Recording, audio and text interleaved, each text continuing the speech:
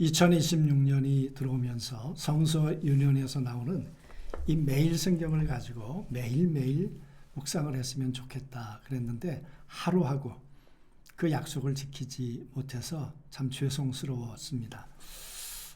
영상을 찍을 만한 상황이 되지 못해서 그랬습니다.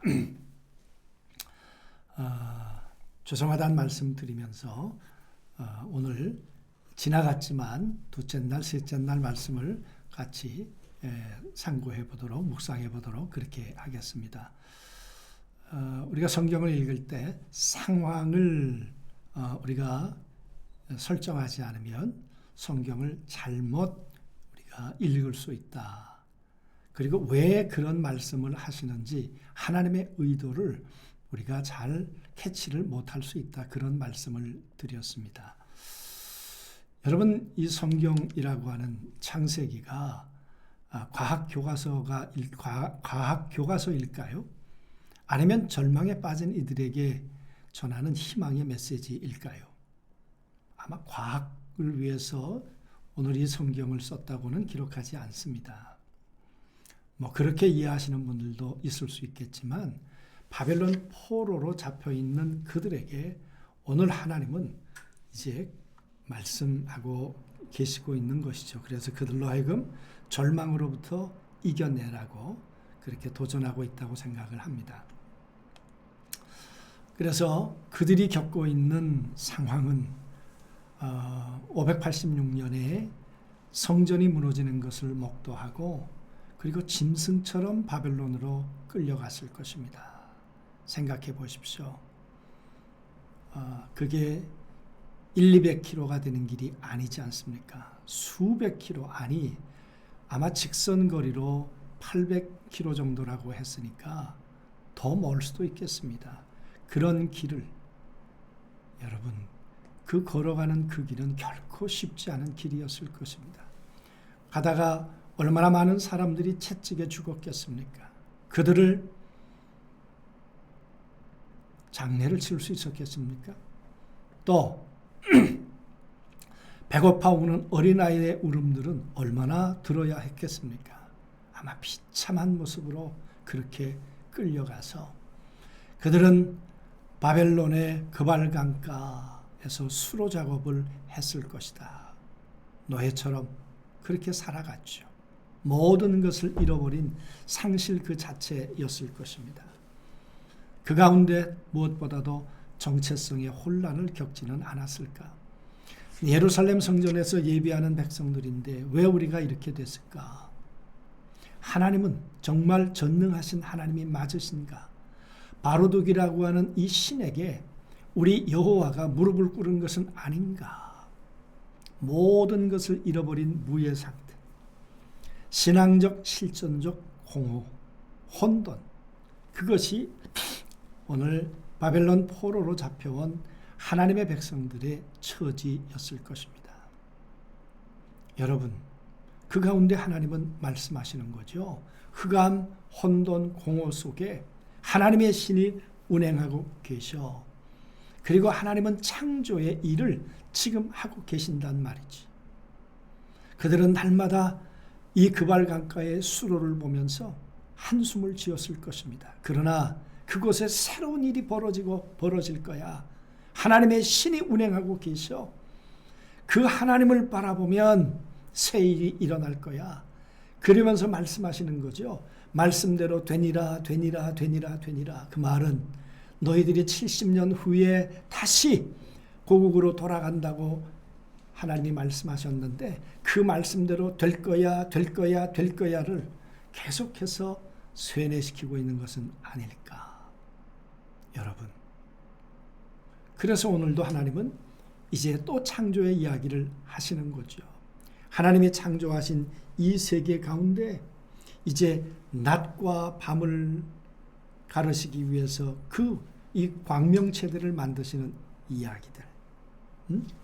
두루 이 빛들이 이 세상을 비추고 있다는 것. 그리고 밤이 되고 낮이 되니 그 말은 어쩌면 그들은 밤낮 없이 살았는지 모릅니다. 그런데 내가 창조한 것은 밤에는 자야 돼. 낮에는 일해야 되고 이런 삶의 원리와 루틴이 있었는데 너희가 노예가 되다 보니까 밤낮 없는 삶을 살고 있지. 다시 돌아가자. 여러분 그 말씀 아니겠습니까? 내가 너희를 다시 돌려보낼 거야. 바벨론의 신과는 바로둑 신이 투쟁을 통해 이 세상을 만들었다고 얘기하지 않습니까? 두 눈을 뽑아서 던졌어요. 그랬더니 하나는 달이 되고 하나는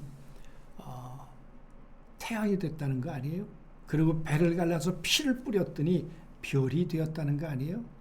이것이 그들의 여러분 창조관이죠. 그에 비해서 하나님은 하나님 보시기에 좁은 것들, 아름다운 것들, 하나님은 전쟁하고 피 흘리며 이 세상을 만들지 않으셨습니다.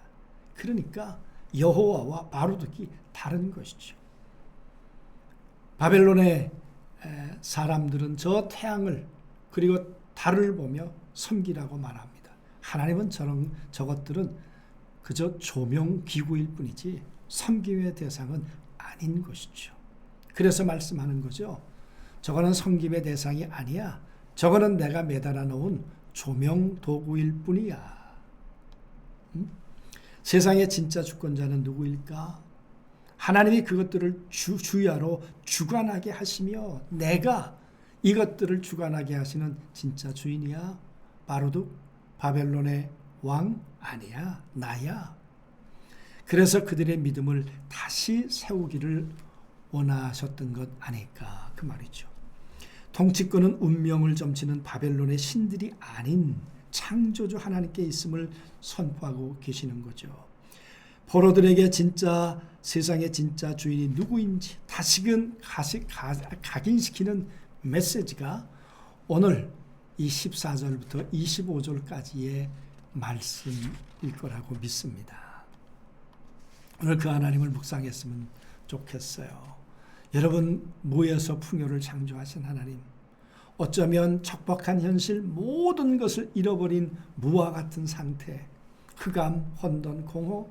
그런데 하나님은 물들은 생물로 번성하게 하고 땅은 짐승을 내고 생명과 풍요가 가득 차도록 만드신 이 하나님이 세상을 만드셔서 이 하나님이 나의 하나님이야.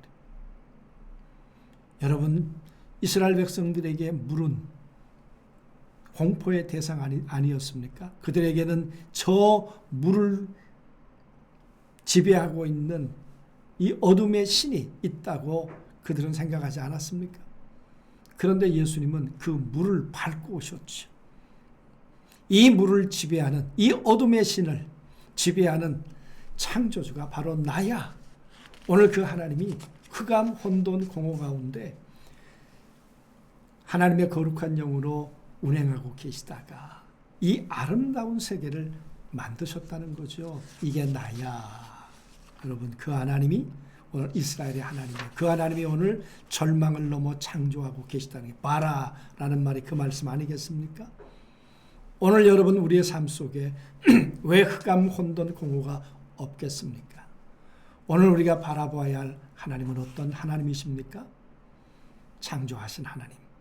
오늘 내 안에서 그리고 흑암 가운데서 수면 가운데 운행하고 계셨던 그 성령님이 오늘 함께 하시면서 나를 새로운 창조의 역사로 인도하시려고 하는 것 아닙니까? 여러분 그 성령께서 역사하시려면 말씀하시니 그대로 되니라. 우리에게 필요한 것은 하나님의 말씀인 것이죠. 오늘도 내게 말씀하시는 그 말씀이 있을 때 그 말씀은 하나님에 의해서 성취되는 되어지는 역사가 있게 되는 것이죠.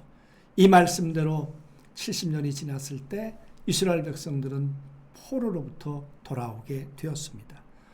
오늘도 하나님은 당신의 말씀을 신실하게 지키시는 하나님이십니다. 정체성을 회복하고 세상을 이긴 힘은 무엇이겠습니까? 하나님이 나의 창조주 하나님이야. 그 하나님이 흑암, 혼돈, 공허를 아름답게 창조하신 창조주야. 이것이 세상을 이기는 힘인 것입니다. 이 이야기는 세상을 바꿉니다. 창세기 1장은 세상이 어떻게 시작되었는지에 대한 이야기 이전에 무너진 한 세상이 어떻게 다시 시작할 수 있는지에 대한 희망의 메시지인 것이죠.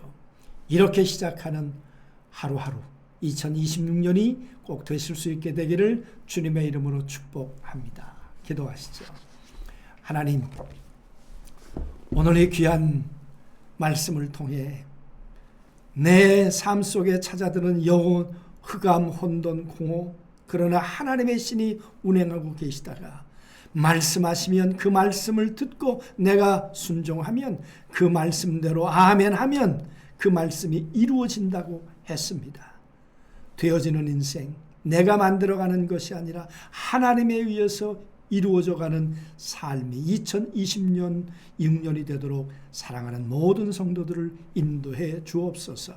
예수님의 이름으로 기도하옵나이다. 아멘.